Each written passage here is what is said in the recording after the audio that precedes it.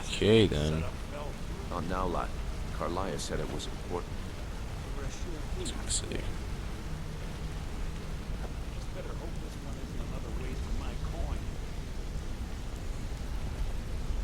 What do you want? Not now, lad. Carlia said it was important. Yeah?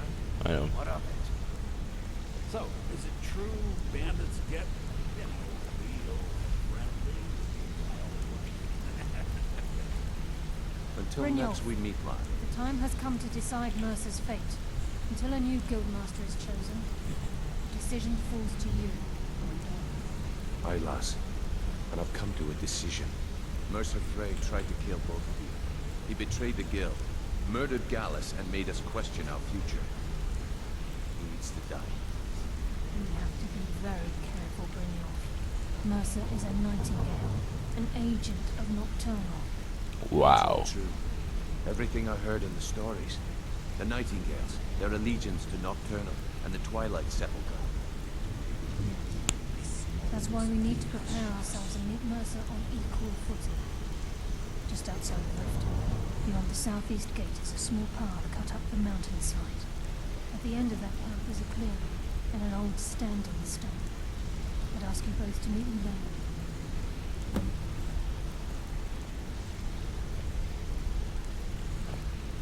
Okay. Just I'm preparing to leave for the standing stone. What is it? nothing. Never mind.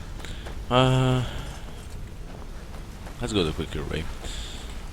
Hopefully.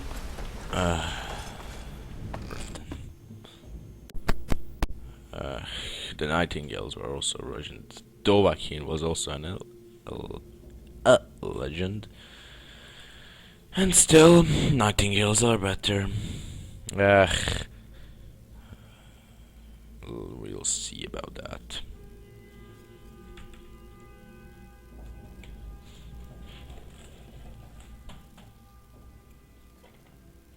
What the heck? Never mind, random people. Let's try and leave it open, why not? Oh, you're a follower that walks. That's nice.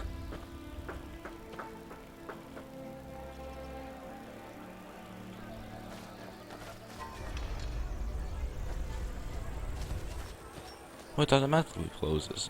Nice. Priestess of Talos. Yeah, the East Gate. The Dawn Guard. You and your Dawn Guard, join at once if you really want. Oh, this is an orphanage. Trouble? Thanks God! Oh my. Yeah, this is a legendary dragon. Look at his eyes. 4 eyeballs in an eye. That's all you need, Dragonborn. Just say the word. Ah, steel plate. Now that's a solid choice of armor. Yeah, it is. Thanks for admiring. Where do we need to go? Over there. Yeah, there is a standing stone there, I think. Wait. Well, this was the place where I got in episode 37 when I was spinning around Riften. So this is the lair of the Nightingales. Their hole. I'm glad you're here. What's the significance of this place? This is the headquarters of the Nightingales, cut into the mountainside by the first of our kind. We've come to seek the edge we need to defeat Mercer Frey. What kind of an edge? If you'll follow me, I'll try to explain on the way.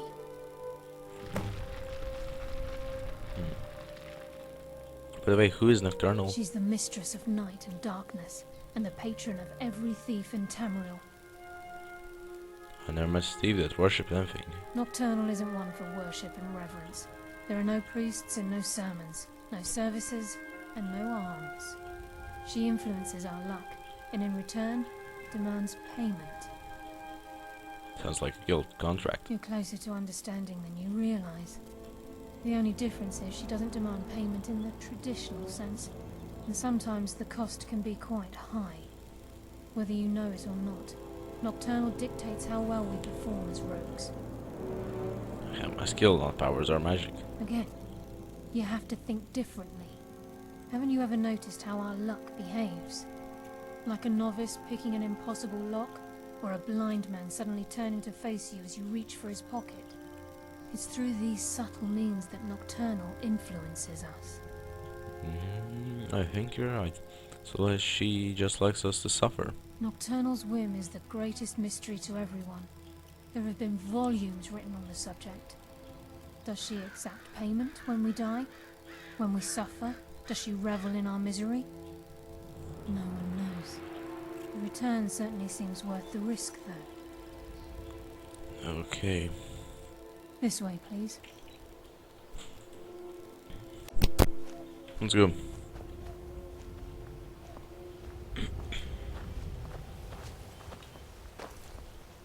What about Inigo? Is he coming with us? I think, Inigo, that this isn't for you. What is on your mind? I will be here. Wait here. So, this is the hall of the Nightingales.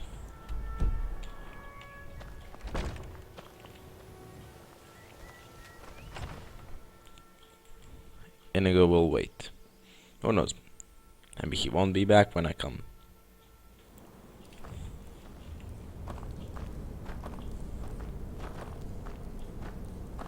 Hopefully he will.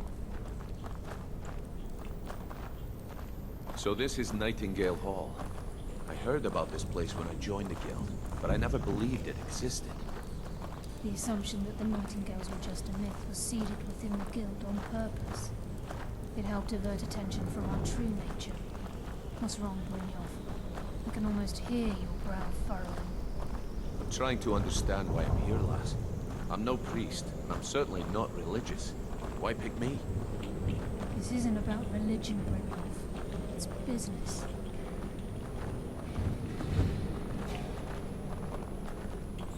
About what picking? I don't know what certainly is going on over here. This is Nightingale Hall. You're the first of the uninitiated to set foot inside in over a century. Now, if you'll both proceed to the armory to don your Nightingale armor, we can begin the oath. This is enough to make your head spin, eh? Actually, yeah.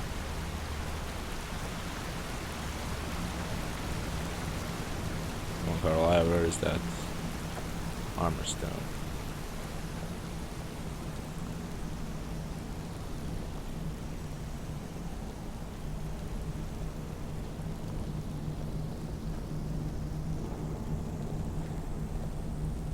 This is enough to make your head spin, eh?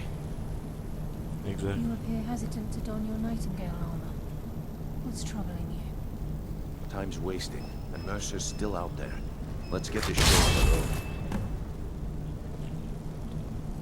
Equip it.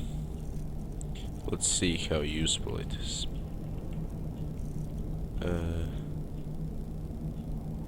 Well.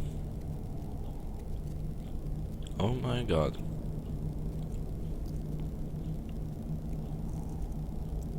I guess I'll have to.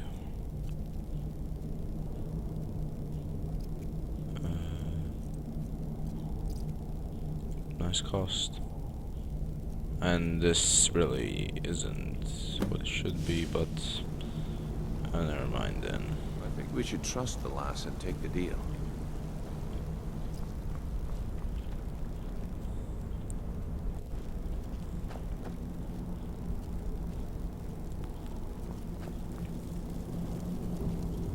Okay, lass. We've got these get-ups on. Now what? Beyond this gate is the first step in becoming a Nightingale.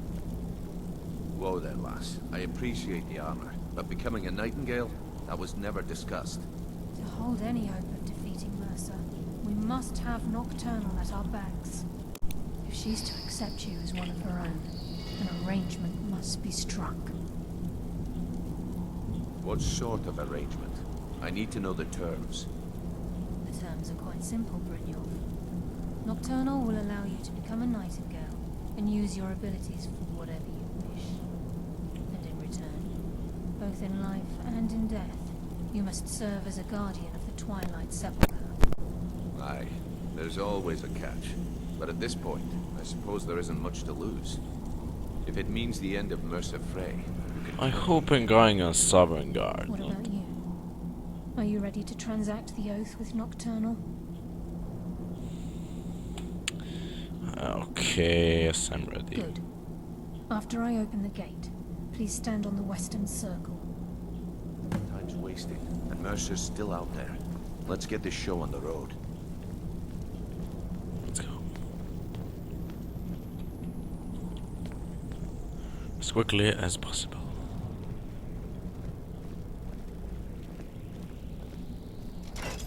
Time's wasting, and Mercer's still out there. Let's get this show on the road.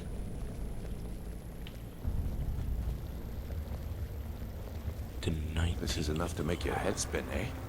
Okay. So she's on the central one. This is enough to make your head spin, eh? Indeed.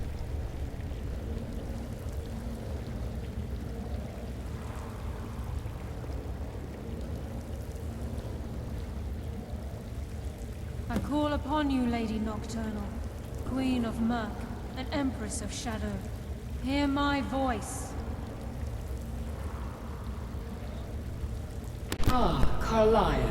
I was wondering when I'd hear from you again. Lose something, did we? My lady, I've come before you to throw myself upon your mercy and to accept responsibility for my failure. You're already mine, Carlia. Your terms were struck long ago. What could you possibly offer me now? I have two others that wish to transact the oath, to serve you both in life and in death. You surprise me, Carlia. This offer is definitely weighted in my favor. My appetite for Mercer's demise exceeds my craving for wealth, Your Grace. Revenge. How interesting.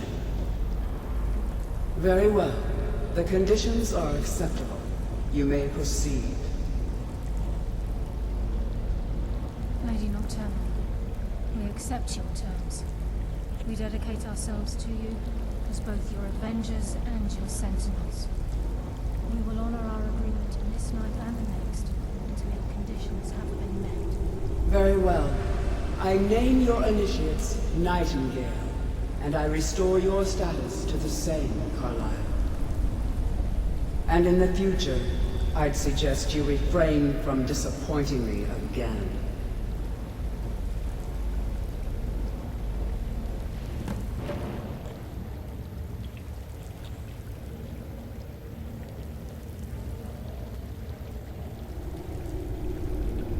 Now that you've transacted the oath, it's time to reveal the final piece of the puzzle to you. Mercer's true crime. He's done more? Mercer was able to unlock the Guild's vault without 2 keys because of what he stole from the Twilight Sepulchre. The skeleton key. By doing this, he's compromised our ties to Nocturnal, and in essence, caused our luck to run dry. So the key unlocks any door? Well, yes. But the key isn't only restricted to physical barriers. All of us possess untapped abilities, the potential to wield great power securely sealed within our minds. Once you realize the key can access these traits, potential becomes limitless. Sounds like no one should possess it. Good. Then you understand why this is about more than just Mercer's lust for power. If the key isn't returned to its lock in the Twilight Sepulchre, things will never be the same for the Guild. As time passed, our luck would diminish to the point of non-existence, and whether you know it or not, our uncanny luck defines our trade. First time I ever set out to return something. Very true. In our line of work, it's quite rare we set out to return a stolen item to its rightful owner. Let's go. Before we depart, Brynjolf has some business to discuss. I suggest you listen to him. Listen, lad. There's one last piece of business we need to settle before we go after Mercer. The leadership of the guild. Why tell this to me? Carlia and I had a long discussion before you arrived here. Thanks to your efforts, Mercer's treachery has been exposed. After we deal with him, all that remains is restoring the guild to its full strength. As a result, we both feel that you have the potential of replacing Mercer as leader of the Thieves Guild. Me, what about you? I've been at this game a long time, my friend. A long time. I've stolen trinkets from nobles and framed priests for murder. I'm good at what I do, maybe even one of the best, but it's all I know. I've never been one to lead. Never desired it, never cared for it. Don't want it. I might know what to say. Well, we have a bit of an errand to run before your coronation, so don't get sentimental on me now. Accept. Then it's decided. When this is all over and Delvin's contacts assure me that we've regained our footing in Skyrim, we'll handle the details. Until then, we have quite the task ahead. Now let's get to it. I've been poring over the plans you brought us, and I'm convinced the eyes of the Falmer are in the Dwarven ruins at Erkenthat. Carlia and I will meet you there. Prepare yourself, lad. This will be a fight to remember.